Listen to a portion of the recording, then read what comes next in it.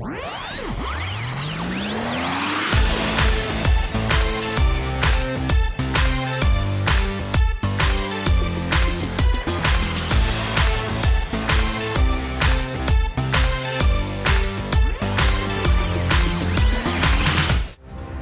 mansion is unhinged. These ghosts definitely don't want to leave. Death lurks around every corner.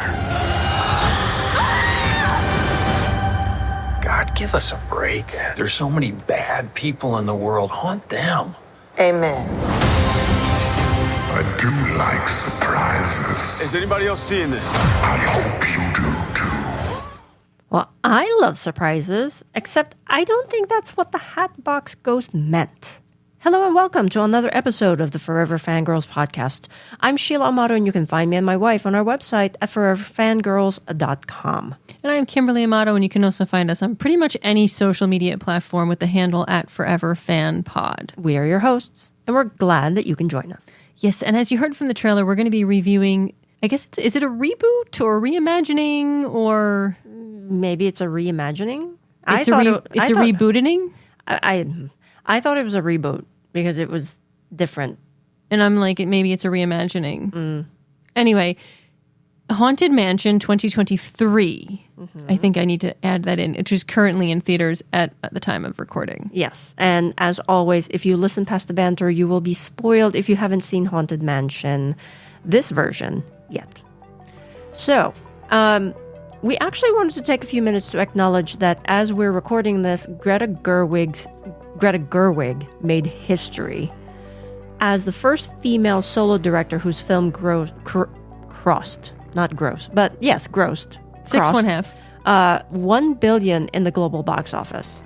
And Barbie continues the phenomenal run in its third weekend. So, just putting it out there. Go woke, go. Oh. No. Go profitable?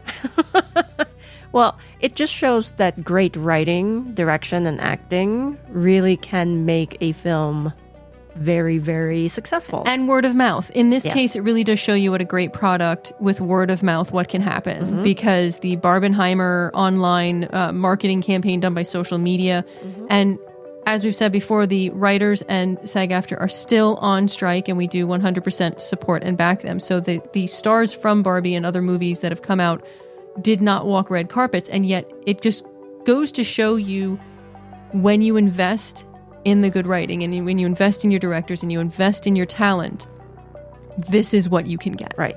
And so our last episode, we did a review of Barbie, so you can check that out if you haven't heard it yet. But for now, let's turn back to our review of this week's movie, The Haunted Mansion. So on to the synopsis from IMDb. A single mom named Gabby hires a tour guide, a psychic, a priest, and a historian to help exorcise her newly bought mansion after discovering it's inhabited by ghosts. So, I should have done that with like the filter that made my voice like super deep and creepy. No. So this movie is based on the Disney Parks ride Haunted Mansion. And the main twist here is that instead of the ghosts scaring people away from the mansion, once humans step into the mansion, the ghosts actually are compelled to haunt them and bring them back. And later in the story, we find out that this is because the big baddie ghost, Crump, or Hatbox, he needs 1,000 ghosts to free him from the netherworld. So throughout the decades, people have died in the mansion and have become ghosts. So there are 999 residing in the mansion currently. Crump needs one more willing human to die, and he's free. So currently, the mansion has 6 potential candidates. Gabby and her son, Travis, Father Kent, who was initially called to try to dispel the spirits, and then Ben, who Father Kent recruited to help, and then Harriet, a medium, who was brought in to also help connect with the spirits, and Bruce, a history professor who studies supernatural incidents and is obsessed with this mansion. Anyway, let's go talk about the good, shall we? I was surprised by the story. I was actually going in after seeing the original movie, which was fun and campy, but it was not great. I didn't have any expectations of this, and it was actually pretty cute. It was. So to me, there were actually like three different stories kind of converging here, right? So the story of Ben and his wife, right? That was the opening sequence showing how his life was before. He's a man of science, doesn't really believe in ghosts, but meets someone who does believe in the supernatural and actually does tours, ghost tours in New Orleans. So they meet, they marry, and then fast forward a few years, and Ben is now leading the ghost tours, but something's wrong, and he's no longer with his wife, right? So we're trying to figure that story out. And then the second story is that of Gabby and her son. They left where they were because Gabby's husband died, and her son Travis is having a hard time adjusting. So they bought this mansion thinking, they would have a new start, but lo and behold, there are ghosts. For anybody who hasn't seen it and is still listening, we don't know Travis's father has passed until the very end. Right. Well, yes, towards the end. Yes. Well, I mean, it is after, it's the big, reveal is that he is gone. Right. And then the third story to me is the mansion itself, right? Because there's the original owner, Gracie.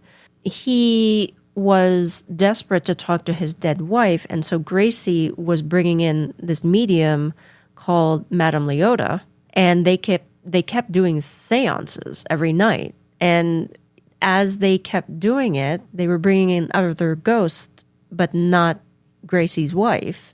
And then eventually they brought in Crump, who took over, and so that's why the ghosts are there. So these three stories were kind of converging into the mansion. So there was a lot of different layers that you kind of had to put together. So it was more interesting than I thought it was going to be. Can I just put a pin in it? Yeah, because there was something that literally just came into my head that I hadn't thought of before that I want to mention in the I don't know if it's a bad section. Okay. All right. But as far as your three stories, I 100% agree. It did seem like there were three different layers. But for me, the three different layers, they also had an interconnectivity of grief. Yes. And the way the grief was presented of all these different ways, I think what I appreciated most. Because grief is a multifaceted item and really does look different for everyone. Right. So showing it from different perspectives, as well as even the ghosts independently had their own grief and how they looked. So that was good. I mean, it was very unique. But, I'm not saying the story is Shakespeare.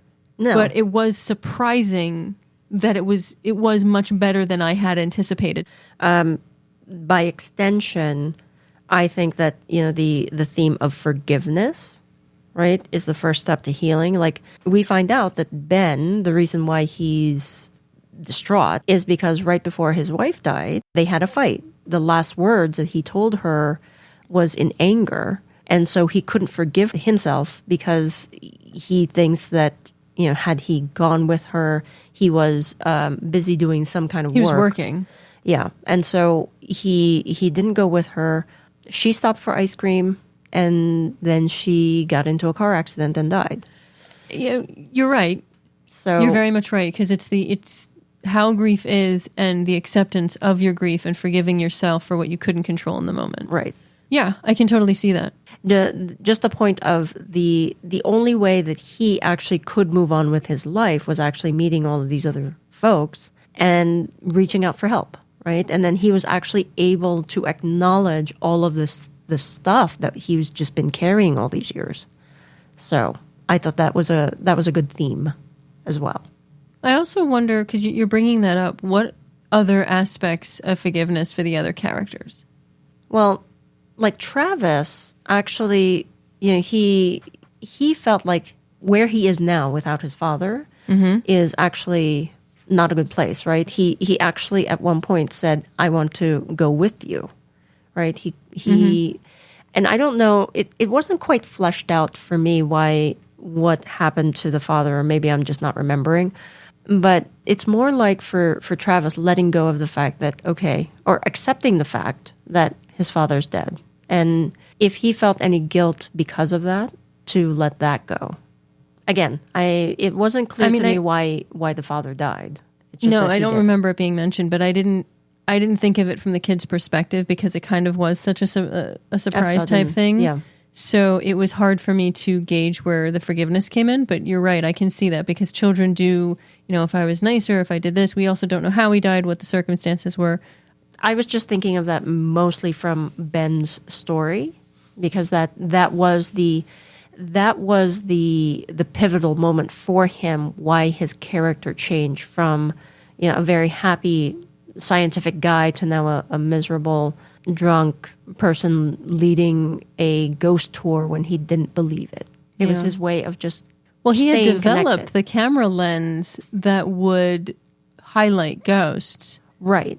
But he was doing that because he loved his wife. Yeah. Not the fact that he believed in it. The one thing I liked is that they showed that he was still, even though he was basically drinking all the time and could barely pay for anything at this point, he was still doing the tours. And they're like, you don't have to run her tours anymore. Right. You can go back to your job. But he was holding on to anything that had a connection to her. Correct. Yes. So, like I said, different avenues of grief. Some people try a different path in a new scene, and other people hold on desperately to what they know because that's all you have. The cast is really good here for what they've got. A-list cast. And I actually did really enjoy the cameos of Dan Levy and Winona Ryder. That was hysterical. It was like, especially wait, the way they were acting. Like Winona Ryder's like, can I do this? No. It was just very, I want to say Beetlejuice-esque. See, I've never seen Beetlejuice, so I don't. Yes, I have not seen it. Hold on. Oh no, I don't have a sound effect for this. Wait. Listen, y'all. You have got to see this movie. So I guess we're going to be covering it in Nostalgia versus Novelty. Maybe we are, because I've not seen it. I wanted to see the Broadway show, but we didn't get to see that either. No, so. we didn't. Anyway. We didn't. But yeah, I thought that the cameos for them were hysterical. That was great. Also, Jamie Lee Curtis as Madame Leota, sorry. She's funny. Yes. The fact that, she turns her head and there she is in the crystal ball. Like, wait, what? It kind of leads me to a different point. All of the aspects in the movie that are part of the ride, like Madame Leota being in the crystal ball, reminds me of in the ride itself where there is a medium in a crystal ball. Yeah. So all of the different aspects of the ride that they've incorporated in the movie, well, I like thought was cool. the Doom buggy when she's thrown out the front door. Yeah, it does look like the Doom buggy. The three ghosts on the side of the road, which reminded me of the three that leave with you in the Doom buggy when you're leaving at the very end. Yeah, they're hitchhiking a ride, or in the main room where. You mean when you first go in and then they show you the thing and the wallpaper goes up and the ceiling lifts? Yeah, that's not the... It's when you first... It's like one of the first walkways before, or first entranceways where it's like a holding room. Yeah, it's where the ghosts are not. It's the only safe room for them, and it actually rises, and then you see all of the paintings, and then you see a painting of a man with his pants down. Yeah, he's wearing boxers or something. Yeah. But that reminds me of the ride, too. I don't know if the pictures are the same. I think that picture is the same. But that was hysterical. I love that, because that's just so iconic of the ride. Right. So that's cool. The one thing that I always remember are the ghosts dancing in the dining room. Oh, that huge room that you circle around. Yeah. And then, they have that in the movie, too. And I'm like, oh. Yeah, at the very end, they go for Halloween. And they're all having this huge ball and dancing. Yeah, it was great. I was just like, oh, okay. I feel like I'm in the ride. And we didn't mention this yet, but when we saw this movie, we actually went to Regal on 42nd Street in the city, and they have this theater called 4DX. And it's where the seats are actually moving with the movie. It's a ride. It is a ride. And they squirt water at you and air and all of that. So it's the fourth dimension. And watching the movie in this theater, it was on a whim. Mm-hmm. We decided to do that, and it was like 200 degrees outside. It was so much fun. It was. I think we got in. I looked at my watch and went, "Oh my God, we got to go!" And we had to run to the theater. But we get there, and the Marvels trailer was like towards the end of it. And so all the chairs are moving. And I'm like, how are we supposed to get on the chair? And we sat down, and all you hear, through certain sections of the movie and the trailers is my loving wife going, woo-hoo-hoo-hoo, woo-hoo-hoo. Well, it felt like a ride. We were in, but I couldn't hear the dialogue. Well, it was fine because they were moving too. They were just screaming. It was fine. Okay. I'm just going to let that one go. But yeah, so that was a lot of fun. Anyway, any other good? No, I think I'm good. All right. How about we go into the bad? All right. Oh, no. I'm looking at all the characters, and I don't think that the priest was actually necessary. I really think we could have done without his character. Is that your pin that you're bringing back, or is that a different? No. Oh, it's a different. No. Okay. All right. So I've got a different pin. okay, Owen Wilson's priest was not needed. Okay. The character was not fleshed out. But you were the one that was the character. All I did was bring Ben. I was but Ben's sidekick. you had to start the whole sequence. No, I was a con man. I'm sorry. Terrible. I really, no, seriously, looking over the film, truthfully, when you're looking at the characters and the development and what they did and what they allowed them to do, really, it felt like the priest was just there to bring people together and had no other purpose. And I feel that Rosario Dawson's character could have brought the medium in on her own and then found the other pieces on her own without the priest. Well, like we said that it was good. The story was good because it was better than what we expected. Yes. But it seemed like there were too many threads and then it wasn't all fleshed out. There are two threads. This is where my Your pin comes in. will come in because I realized there was another thread that doesn't quite fit. It's just we were walking out going, wait a minute. Like Ben says, he has to have heart surgery in 2 weeks. The professor. The professor. Did I say Ben? You said Ben. I'm so sorry. I meant the professor. Danny DeVito's character says he has to have heart surgery. Mm-hmm. And so Bruce goes, I'm having heart surgery, blah, blah, blah, blah, blah. Before I go under, I could die and all this other stuff. I want to see this house. Mm-hmm. So they're like, no, you're having heart surgery. You can't come to the house. Because if he dies, they know he's the 1,000th. Right. Whatever the case may be. He shows up, gets involved, the whole nine. But literally, they say, I don't think they give a time frame as to how long ago it's been. No. No, it's like a month later or something at the end. I don't remember. Oh, sorry. I'm trying to follow where your question was leading.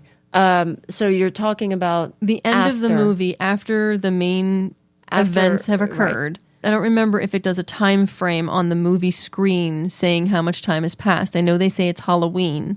Right. Well, you would think that there's a little bit of time that so goes for by. argument's sake, you can estimate a little bit of time, but we don't know how much time. And Bruce is supposed to have heart surgery in 2 weeks. We assume they were in there, based on how they're sleeping, I'd say a week. Yes. So we say they're in there for a week. So he's having heart surgery in a week, but then all of a sudden they're all together and he's perfectly healed. And I'm sorry, but I've been around people who've had heart surgery. It's a long recovery. So that kind of was like, wait, did he have surgery? Didn't he have surgery? I mean, I know in one section, Crump is like kind of on his chest and everything, like a ghost hits him. So I thought it was Crump.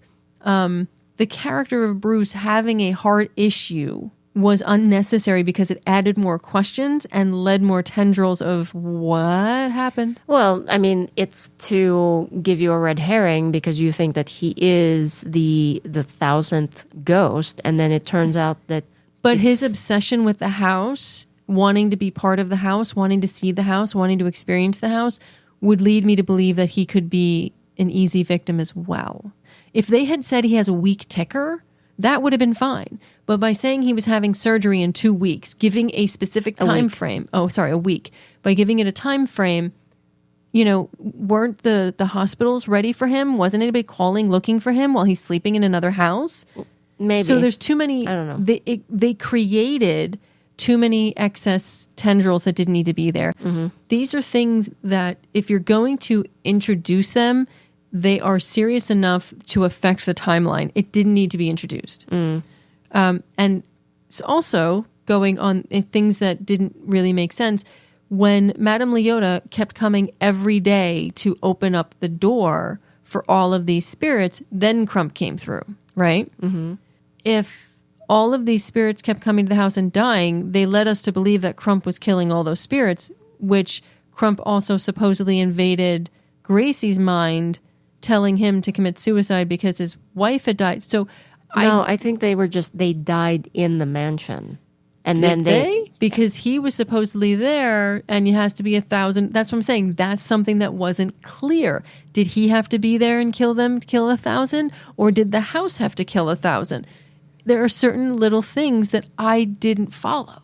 Well, I was just thinking that whoever was there, right, they had unresolved issues. So like Gracie, his spirit, his ghost stayed in the house. But when they literally discussed how Gracie would write letters and she wrote back to him. Remember that whole storyline? She wrote back to him and convinced him to commit suicide because she never came through. All these other ghosts kept coming through and they did seances for like 365 days. So was he already there in the house and convinced the wife to commit suicide, or did he come through later? It's not 100% clear. You can toss it to the realm of disbelief because it's not important to the larger story overall. Yeah, because you're trying to get to 999 ghosts. Yeah, I mean, but what the chicken thing, or the egg type thing. The thing that's sticking out in my head is when the historian, Bruce's character, right, is saying that there were like 60 something people who did live in the mansion and they died, and it was under suspicious circumstances. So again, we don't know. So then we how. would have to assume that Crump is there. Right. Well, he is already there. But I'm by saying the time. he's there when those 68 people died. Mm-hmm. And then whenever Madame Leota comes through, she's just bringing extra spirits through. But the way it's implied, she brought him in. Him mean Crump? Yeah. That's how I understood it. Right. But again, if that's the case, then the story part makes no sense because he committed suicide by the influence of someone, because he literally says, and this is a parallel because we saw Crump do it with Travis.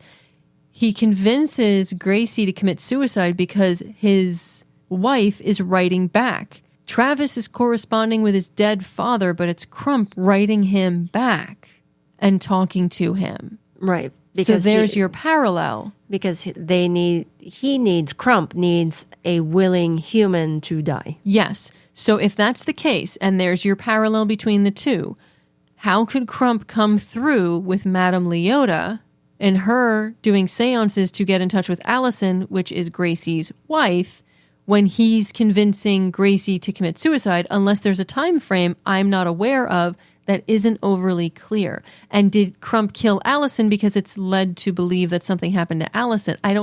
I wasn't clear on that. I dismissed it because, again, I'm just looking for the 1000th, and this wasn't Shakespeare to me.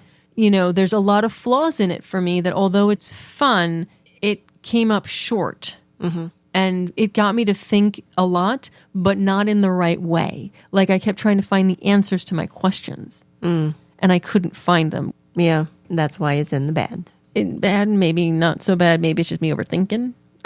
Could be, but be that as it may. Let's go on to the cute, shall we? The humans keep their word to the mariner and bring him to the sea. Yeah, and then he throws somebody off the boat. Well, it's been centuries since he's been in the sea. Or on the sea. I liked the sea guy, the sea ghost. You don't actually see him. You just see wet footprints and like he's a wall of water. Mm-hmm. For me, the one cute was how Ben was basically being a father figure to Travis and getting Travis out of his shell and tried to be a little bit more comfortable.